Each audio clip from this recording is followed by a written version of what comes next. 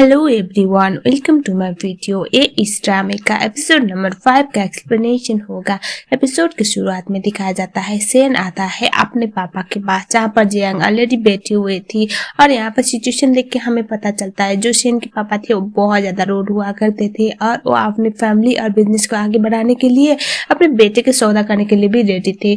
उन्होंने जबरदस्ती सेन की शादी जियांग से पक्की कर दी थी बचपन में ही, और बाद में उसने सेन ने लव मैरिज किया था सियान से। ये सब हमें अब पता चलता है। और सेन थक चुका था, हार चुका था। वो बोलता है कि डैड, आज तक तो मैंने आपकी हर बात मानी है, लेकिन अब मैं वो नहीं कर सकता। और उसके बाद वो जियांग को बोलता है कि तुम थक नहीं जाती, कब से तुम मेरे पीछे पड़ी हुई हो, तुम्हें पता है अच्छी तरह से मैं तुम्हें कभी भी पसंद नहीं करता, और तुम मेरी फियांसी बन के ठीक नहीं हो क्या, जो तुम मुझसे शादी करने के लिए इतना मरी जा रही हो। भले ही मैं तुमसे शादी कर लूं, लेकिन एक बात याद रखना, मेरी वाइफ सिर्फ सियान है, ऐसा वो बोल रहा था। ये सुनने के बाद जियांग बोलती कि ऐसी बात नहीं है, मैं तुमसे बहुत प्यार करती हूँ, तुम ऐसा कैसे बोल सकते, बोल के उससे मेलोड्रामा में फंसाने की ट्राई कर रही होती है। तभी सेन बोलता है कि मेरी वाइफ सिर्फ सियान है, भले ही वो हो या ना हो। ये सुनने के बाद जो जियांग थी वो बोलते कि अंकल, क्योंकि वो वापस आ गए, पहले मर गई थी लेकिन अभी वो वापस आ गई, इसीलिए मरे जा रहे हैं उसके पास जाने के लिए, और मैं इसके लिए कुछ भी कर सकती हूँ, अंकल आप प्लीज मेरी मदद कीजिए, ऐसा वो बोल देती है। ये सुनने के बाद सेन के पापा अपने बेटे को एक तमाचा लगा के बोलते कि तुम उसके पास नहीं जा सकते। ये सुनने के बाद सेन को बहुत गुस्सा आता है और वो बोलता है कि मैंने पहले उसके साथ बहुत बुरी तरह से ट्रीट किया, क्योंकि मुझे अच्छी तरह से पता था अगर मैं उसके साथ बुरी तरह से ट्रीट ना करूँ तो आप लोग उसकी लाइफ को जानम बना देते, इसलिए मुझे अपने प्यार के साथ बदतमीजी करना पड़ा ताकि उसको प्रोटेक्ट कर सकूँ। लेकिन अब एक हद हो गई, मैं इससे ज़्यादा झेल नहीं पाऊंगा आप लोगों की बदतमीजी, चाहे कुछ भी कीजिए, आप मुझे ज़्यादा से निकालेंगे कोई बात नहीं, मैं जा रहा हूँ, मुझे किसी की डर नहीं, ऐसा बोल के वहाँ से चला जाता है।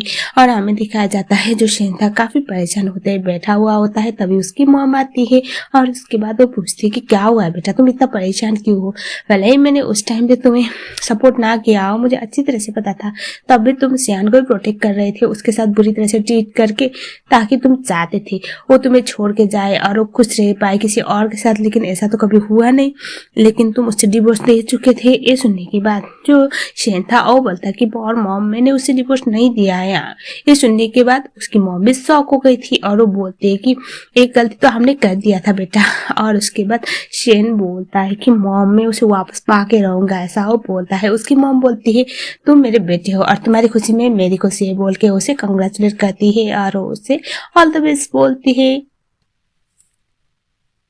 अगले सीन में दिखाया जाता है जो सेन की मॉम थी वो आती है जियांग के पास और वो बोलती कि मैंने हमेशा अपने बेटे की चॉइस को प्रायोरिटी दिया हुआ है, अगर वो तुम्हें पसंद नहीं करता तो तुम दोनों का एक फेक मैरिज, कॉन्ट्रैक्ट मैरिज कोई मैटर नहीं करता, तुम ऐसे दफा हो जाओ, ऐसा वो बोल देती है।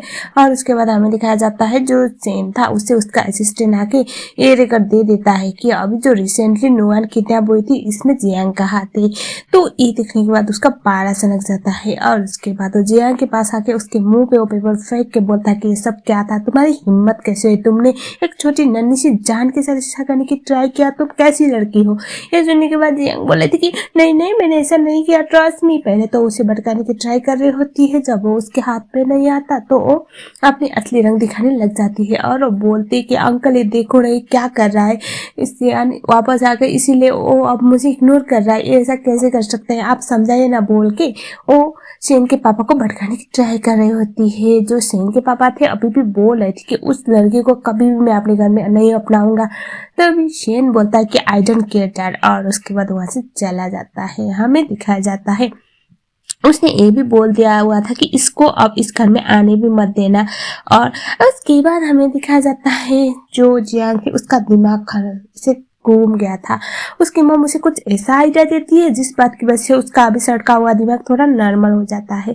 सो वो क्या करते हैं ना, अभी तो असिस्टेंट बनी हुई है सियान सेन की और उधर साथ में काम कर रही होती है, तभी वहां पर जाती है। पहले तो वो नॉर्मल थी, बाद में अपने बालों को बिगाड़ के पूरे ऐसा होता है ना कि मतलब पब्लिक एरिया पे ऐसा दिखाती है कि मैं इसकी वाइफ थी, इसने मेरी वाइफ को छीन दिया। ये दूसरी औरत है, मतलब एक दूसरे की पति पे नजर रखती है, दूसरे के पति को सीड्यूस करके, ऐसा बोल के बहुत बहुत चिल्लाने लगती है और वो शियान को सबके सामने काफी ज्यादा बुरा बनने की ट्राई कर रही होती है। और शियान देख रही थी उसका तमाशा, क्योंकि उसे तो पता है उसकी हरकतें। और उसके बाद जो शेन था उसे रोकने की ट्राई कर रहा था, लेकिन ऐसा हो ही नहीं रहा था।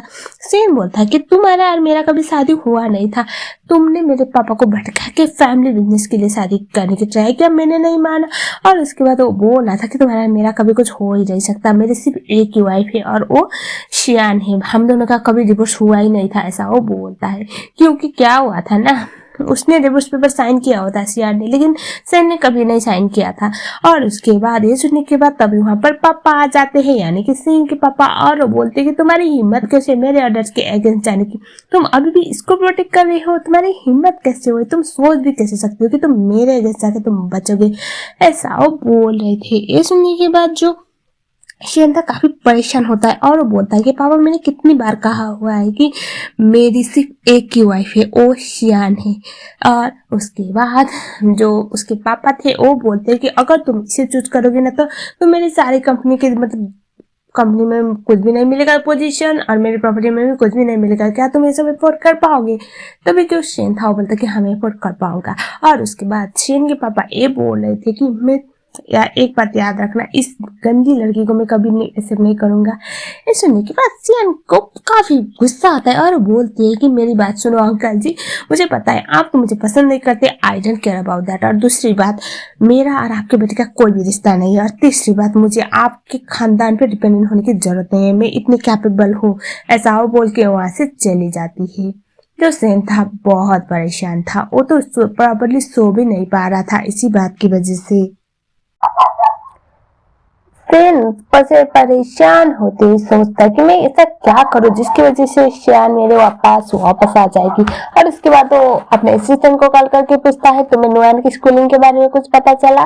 तो वो जब उसके असिस्टेंट को बताता है ना, तो उसके बाद वो काफी एक्साइटेड होकर सोचता है चलो मैं अभी नुआन से मिलने जाता हूँ। और नुआन को दिखाया जाता है वो अपनी मम्मी के लिए एक गिफ्ट खरीदने के लिए एक ज्वेलरी शॉप पे जाती है, जहाँ पर वो एक प्यारा सा नेकलेस ऐसे देखने वाली होती है, लेकिन दूसरी बदतमीज से लेडी आके वो नेकलेस उठा लेती है। नुआन वो नेकलेस मांग रही होती है, लेकिन वो लेडी बोलती कि तुम तो इतना बड़ा नेकलेस खरीद नहीं पाओगे, तुम्हारे पास पैसे नहीं होंगे, छोड़ दो मैं खरीद लेते हो मेरे लिए। तभी नुआन बोल रही थी कि प्लीज आप मुझे वापस दे दो, ये मेरी मम्मा के लिए। लेकिन वो तो उसकी बेइज्जती करने लगती है और उसे धक्का दे देती है। और तभी वहां पर शेन आता है और वो बोलता है कि बड़ी बदतमीज हो यार, आप तो एक छोटी सी बेबी के साथ ऐसा कैसे कर सकती है। और उसके बाद नुआन को बोलता है कि इट्स ओके बेटा, डोंट वरी, मैं हूं ना, अंकल है तो अब सब कुछ ठीक हो जाएगा। और उसके बाद वो बोलता है कि मैं आपका आपके मम्मा के लिए जो लॉकेट है ना वो वापस ले आऊंगा। और उसके बाद वो सीधा उठता है और बोलता है कि वापस रखो। और उसके बाद वो डर के मारे वो नेकलेस को वहां पर रख देती है। और उसके बाद जो शेन था वो नुआन को उठाता है और बोलता है कि डोंट वरी, मैं हूं ना। और यहीं पर ये वाला एपिसोड खत्म हो गया, जो था एपिसोड नंबर 5। और इसका एपिसोड नंबर 6 जैसे ही आएगा मैं आप लोगों के लिए एक्सप्लेन जरूर करूंगी, क्योंकि ये भी एक ऑनगोइंग ड्रामा है, तो एक दिन के गैप में एक एपिसोड आ रहा है, तो आप लोगों को थोड़ा सा इंतजार जरूर करना पड़ेगा। तब तक के लिए अगर आप लोग मेरे चैनल में नए हो तो चैनल को सब्सक्राइब जरूर करें। Thank you so much.